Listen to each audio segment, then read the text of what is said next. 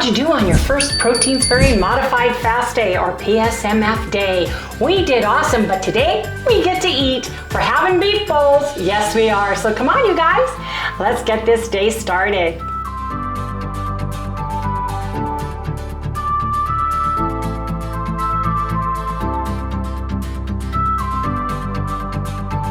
Hey everyone, good morning, good morning. Welcome all you new folks and welcome back everybody to Loving It on Keto. How is everybody doing? Did you get through your first protein sparing modified fast day? We did, and we felt great. So I am very excited about that. But today, remember, we're alternating our protein sparing modified fast day with a beef bowl day. That can be beef, turkey, chicken, ground, whatever meat you want that fits in a bowl. That's what we're doing. Occasionally we may put an egg on top, but we are doing that, and we can have a piece of our protein sparing, my high protein buttermilk bread with that too, if we want. So I'm very excited because it's time to eat. Yes, it is. I've got a nail appointment, a pedicure appointment with Felicia for my feet. And so I've got to go pick her up a little bit later. It's 11 o'clock and we're going to eat. 12 o'clock, Sally gets her antibiotics. So she got up this morning and she wanted to eat right away.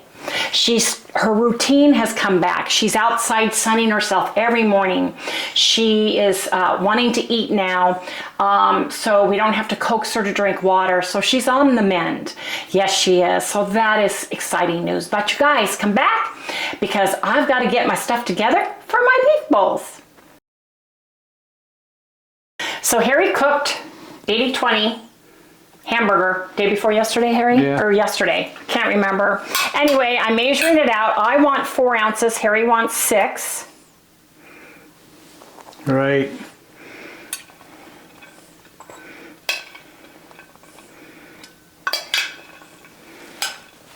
I don't know if you were gonna each get 6. We may each get 4. Okay, well, whatever you get. And then we'll cook that's 4 ounces. You know, I made another bowl, but I think we ate that one yesterday.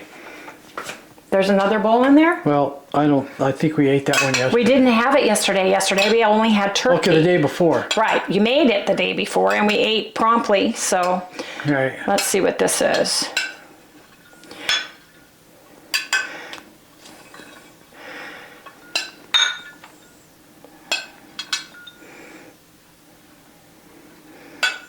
Oh, there you go. So we've got 6.5, 6.5 ounces. We're gonna wash this, and we've got buffalo, 2 pounds of buffalo that you gotta wash today. Or bison, pardon me. I keep saying buffalo, and I mean bison, smaller animal. These need to be cooked for later today, okay? Please. Yep. Please. Get it done. Please, sir. Now, while this is cooking, right before I hit on, this morning we're using butter, tablespoon of butter for each, and salt. And then later we'll have mustard, mayonnaise, ketchup, or just mayonnaise or mustard, also we've got Dijon mustard, just to give us a little bit more different flavorings in our food. We've got different seasonings and stuff that we can put on it just to give us a different flavor. But let me get this started, you guys, and then we're gonna go eat. So he's got 6 ounces of ground beef with a tablespoon of butter. I'm gonna have 4 ounces. I'm gonna have 4 4-ounce servings for a total of 12. Harry's gonna have 2 6, or maybe a 6, a 5, and a 4. We need to figure all that out. It depends on what he wants. But we're tracking everything. We're tracking everything. I'm trying to get some weight off before I go in for any type of knee surgery or correction that I need. Yes, I am. So let me push the button and we'll see you guys in the next segment. There you go. Hey everybody, I'm back from getting my toes done, pedicure. Felicia and I had a lunch meeting regarding the cookbook. She's been slow because she's had to deal with hospice for her greyhound who passed on July 9th. And so we had that meeting and I got my toenails done. Boy, are they sparkly. They are gold. You can't tell how gold they are. Trust me. Those are gold, and then I got the sparkly on the big toe. Change my blue nails over, but if you can afford, and you have a dog that has cancer, or has pancreatitis, or colitis, or any issue, I highly, highly, highly suggest you get this book. Like, run, don't walk, and get this book. They have a Kindle version. This one was more expensive, but I'm telling you, you know, it's so odd because I opened the book, I just opened the book, and it was on page 100 when I opened the book. Went to the pancreatitis in dogs, and they talk about carbohydrates and pancreatitis, and cancer and pancreatitis, and the ketogenic diet for dogs. I kid you not. I kid you not. If you take a sample of the same cancer, let's say lymphoma, from a human and lymphoma from a dog, you go to a sterile lab with 2 microscopes, you put both samples, one in microscope A, one in microscope B, and you ask 10 lab techs to look at those and tell you which one is human and which one is dog. They are bioidentical. Bioidentical. There is no difference. That's for basically any type of cancer? Yes.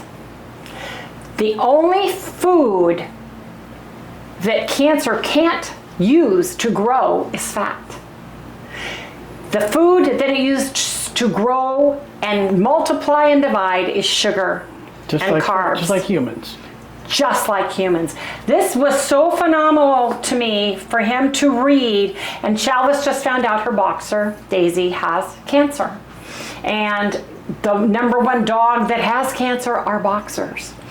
There is a website that is called www.keto, Keto, petsanctuary.com. They go and rescue animals that have been turned in for terminal cancer, pancreatitis, disease, and they get them and they heal them with a ketogenic dog diet. I kid you not. I kid you not. Go read about them. I'm not through with this book. I just am to page, I'm in the hundreds. But so far, all the vets that tell you with pancreatitis dogs that they need to be on a high grain, no fat diet is 100% incorrect. According to the specialists, the white papers, everything that he has that he proves to in here. He feels, and I haven't gotten that far yet, but it looks to me like a regular raw meat or cooked meat diet with no carbohydrates would be better for a dog with cancer or pancreatitis so far. And I have not gotten that far. I'm not a doctor, I'm not a vet, and I'm not through with his book yet. But from what I have read, dogs do very well on a ketogenic diet, and they use ketones excellently for their body.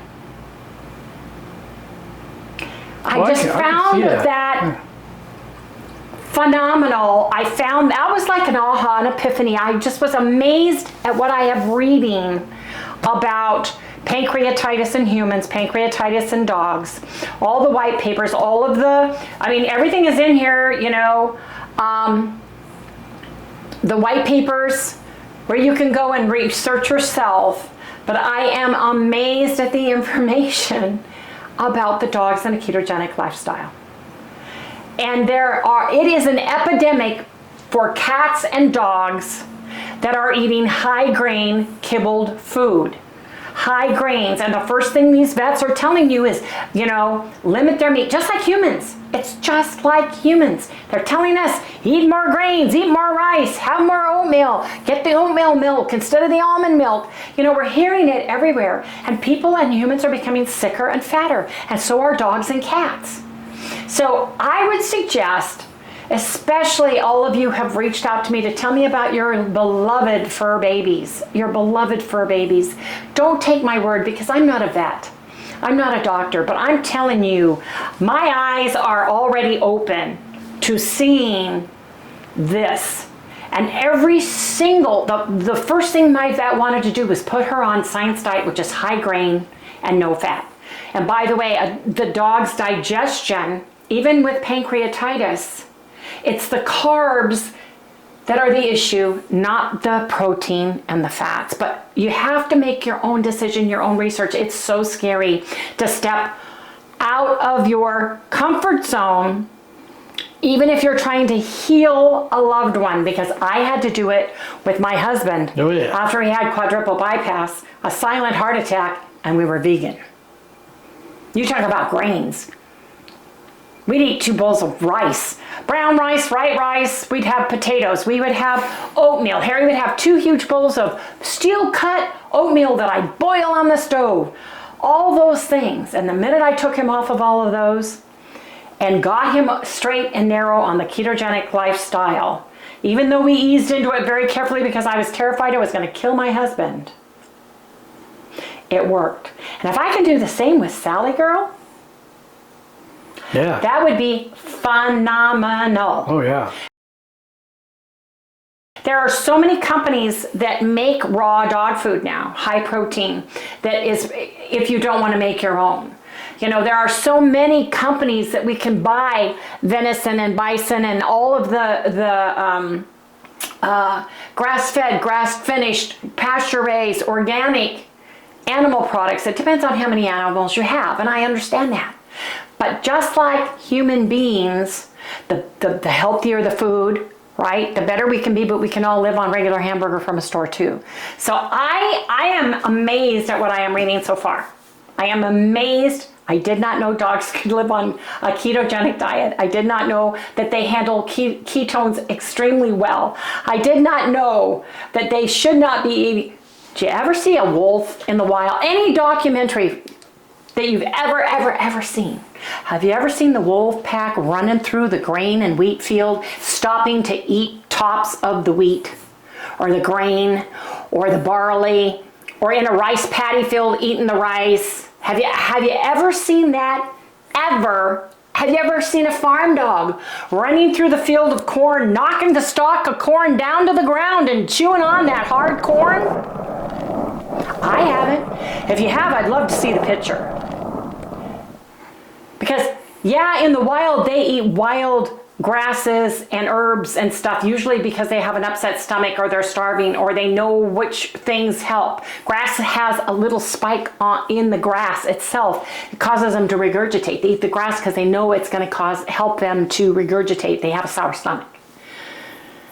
The only time they would eat that is in the belly of usually a ruminant kill animal, a deer, a bison, a wild goat, moose, any of those animals, and they go for the stomach, they go for the heart, the liver, the kidney, but that's been digested, and that's actually is totally different than the other stuff. So you gotta think and use your brain, and then you've gotta research and research some more, and then if you want to, you can talk to your vet about it.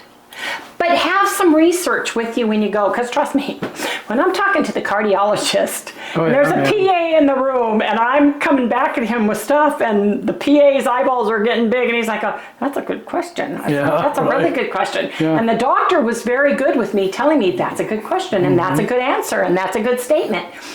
Challenge the healthcare provider with knowledge and information, even if you have to take this with you, because you may be able to educate them.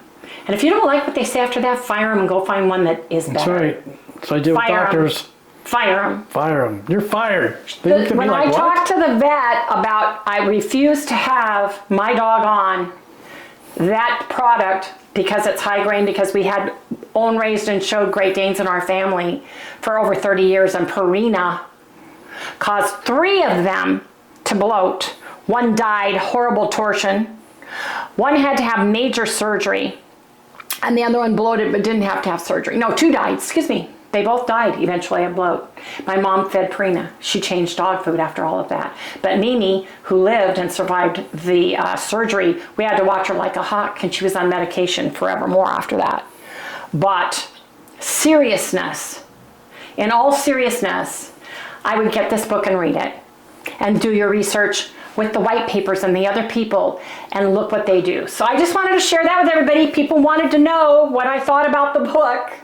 And that's what I think about the book so far, and I'll let you know as it changed. But when I get done reading it and I look at the diets that he has and the recipes that he has and what he suggests, then we will go from there. But I took her off of rice. I added a little bit of the 90-10 bison, just a teaspoonful with her boneless, skinless chicken breasts. She had her antibiotics, and I'm checking her very closely because pancreatitis, once they get it, they have a tendency to have it. And by the time they show symptoms of having pancreatitis, 80% of the time their pancreas is almost shut completely down. And the lining of the pancreas is oozing into their abdominal cavity and burning and rotting their insides. So it's very important to get it right for me and for my little Sally girl and for you with your puppy dogs. But research is so key. Don't just listen to what the vet says, especially if they continue to get it. And we had bought her the new Badland Ranch food, and it's got seeds and berries and all kinds of stuff in it. It doesn't have grains in it, but it's got a lot of stuff that she shouldn't be eating and we shouldn't be eating it either. So I'm going to talk to them and see if I can send back the unopened sacks and see what they will do for me, and if they won't, they won't. But I was amazed and my eyes were open when I saw the ketogenic lifestyle for dogs. Yeah, ketogenesis. It works for dogs too, and I was amazed at that. Anyway, you guys, I am home from my pedicure, my meeting with the book, and everything else. It's time for Harry and I to eat. He took 2 pounds of bison. He cooked them. He drained them very, very well. And we have that here. I'm going to measure out 8 ounces for both of us. And we're going to have that. Now tonight we're going to have a keto chow in a Ninja Creamy.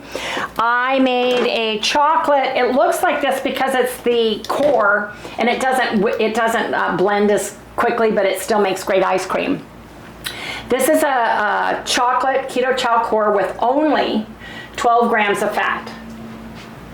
We're going to put this in the Ninja Creamy, and it's going to be creamy and smooth with just a little bit of fat in it. I put extra cocoa in it, and I use the black cocoa powder in it, which I love the taste of. It's the Oreo cookie taste. It's not the milk chocolatey taste. And I put a little bit of espresso. I put a teaspoon of powdered espresso in this, and the one I use is this one right here. I think, didn't Gladys buy us this? I think she did. Yeah, I think so. I put that in there. Wait a minute. And what it does is it actually makes the chocolate stand out better.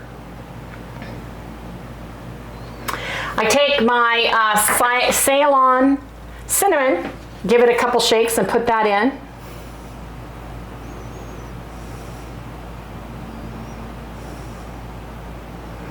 And then I also have dark chocolate better stevia, and I put 10 drops because I like mine sweet. And it's amazing, and I'm not a chocolate person, but I really, really, really like it like this. It's really, really good. So that's our dessert, and we're going to split this. So that's going to each be half of a chocolate keto chow core with the goodies in it. So I'm going to put this in here, and I'm going to make our bison bowls now. And somebody asked, what are these called? These are called cozies, dish cozies. You can probably get them on Etsy. I worked at Best Western Hotels and Resorts corporate office, and the guy in the mailroom's mother was an avid seamstress, and she made these for me. I commissioned her to make these for me. These were $2.50 each, and the big ones were $5. The other ones that I bought that aren't in the chili pattern, we got in Wickenburg. There's a little store where the person hand makes quilts and these cozies, and each cozy was $10. So it depends on where you buy them. You can buy these at craft fairs a lot. And maybe you have somebody that sews and you say, hey, can you make me some cozies? So That's what I did. So his mom was great. She did a great job. So, and you just throw them in the washing machine when they get dirty and put them out in the sun for 5 minutes to dry.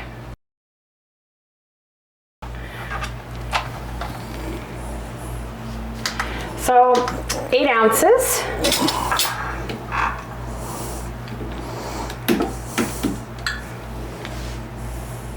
And I will be sharing Sally's story because so many of you are asking me questions. So many of you have dogs that have problems.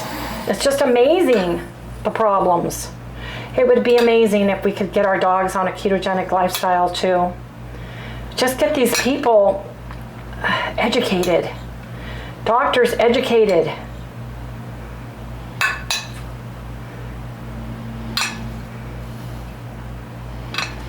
How much do I get? You get 8 ounces. This is the little bowl. Oh, okay. This must be dinner. Yes, this is dinner. You don't want 8? Yeah. I'll take 20. Well, it's 8 ounces, and it looks like more because the bowl's a little smaller. Yeah. It's deeper and smaller than the other dish set that we have. So I'm gonna cook this.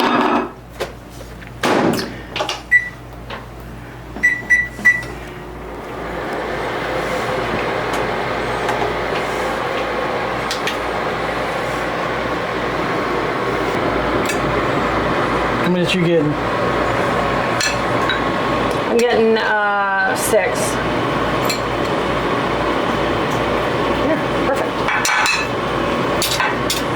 Now you guys, when I say ketogenic diet for dogs, you have to read it because the fat's different and all of that, but they're basically saying no carbs. They're basically saying a carnivore diet. But you need to read the book. You really need to read the book. And you need to research the white papers and the people that he quotes and says, because you have to make a hard decision on how you want to change your life and what you need to do for your dogs as well, because they can't talk to us, even though Sally does a pretty darn good job, don't you think? She can't tell us where it hurts and what's going on as easily as a human being that's old enough to talk can. So just be sure that you go slowly, you listen, you read, you learn. Maybe you contact the group on the www.ketopetsanctuary.com site. You get to talk to live people. You get to see what they're doing and go that way. But I was amazed. I thank you so much for the commenter, a viewer who said you need to read this book, because I did. I've had that happen so many times from you guys. I bless you guys for sharing information, for sharing things like that, because I wouldn't have known. I wouldn't have known unless somebody else had told me about it, or unless I saw it. So I thank you so much for sharing it with me. And so I'm sharing it with you. I think as a community, we need to be sharing things like this. That's my opinion. We need to lift each other up, not tear each other down. Anyway, you guys, that's what we're having. I'm gonna put 2 tablespoons of butter in Harry's and some salt, red mineral salt. It tastes, you guys, this is weird. To me, it tastes like popcorn smells. You put butter on it and it melts, and you put that salt on there, and when you're tasting it, if definitely. you like popcorn, you're gonna love beef definitely. with butter and salt on it. Oh yeah. It's that simple. It's crazy. To me, I never liked popcorn. The taste, I didn't care for the taste, but I like sucking on the butter and the salt. That was always my part of that. Anyway, you guys, we'll see everybody in the next segment, but check out the book. Yep. I want a chicken. Me too. Well, we're not ready yet. Mommy's got to do this. I forgot to share with everybody what we had yesterday on our protein-sparing modified fast day, Sal. So let me do this. What are you gonna do? I'm going to share our macros. Here, shh. Okay. Yesterday, we had, I'm going to have to pick her up. She says, it's closing time. I just know it. I just know it. Yes. Okay. Here is our goal for yesterday.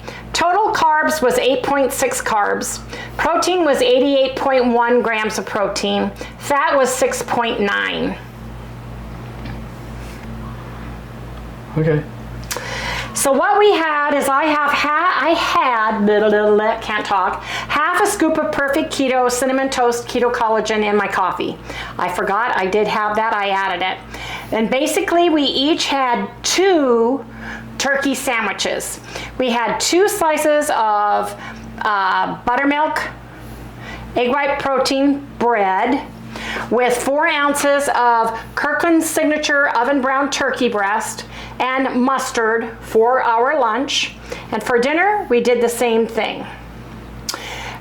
2 slices of the protein buttermilk bread, 4 ounces of Kirkland's Signature oven brown turkey breast and French's mustard. There's the dinner.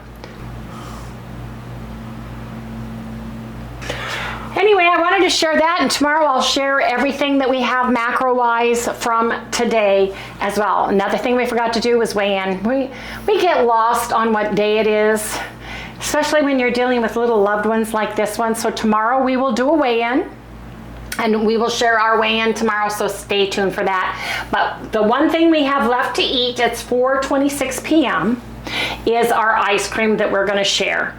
And that's it for the day. I'm full from having the bison. Yeah, me too. So I've got to figure out, I have boneless, skinless chicken breasts right here. That's what we're gonna have along with Sally for tomorrow's protein sparing modified fast day. So what are you guys planning on having for your protein sparing modified fast days? Let me know down in the comment below. Are you gonna do a weekly weigh-in with us on Fridays? Unfortunately, today is Friday and we forgot to do that, but we'll share tomorrow. Today's Friday? Isn't it? No. Yes, today is Friday. Don't do that to me. Oh, it's Thursday. No, today is, now you got, here. Friday, July 26th. I told you. Don't do that to me. Felicia and I pushed out like 2 days in a row our pedicure, so I'm all confused. Yes, I am. Anyway, you guys, Sally, you gotta help me say goodnight to everybody. Let's close out this video together. Hey, everybody, please remember to like, subscribe, ring that little bell, give us a thumbs up. We'll see you right here tomorrow. Now you can say goodnight. Good night, everybody. You want some chicken? Oh, yeah. Okay. Shake, yeah. Can I have one on this side? Oh, thank you. I didn't know if you still knew how to do that. Chicken. Yeah. Okay. Another day. Yes. Let's see what tomorrow brings, shall we, everybody? I bet it's going to be a surprise.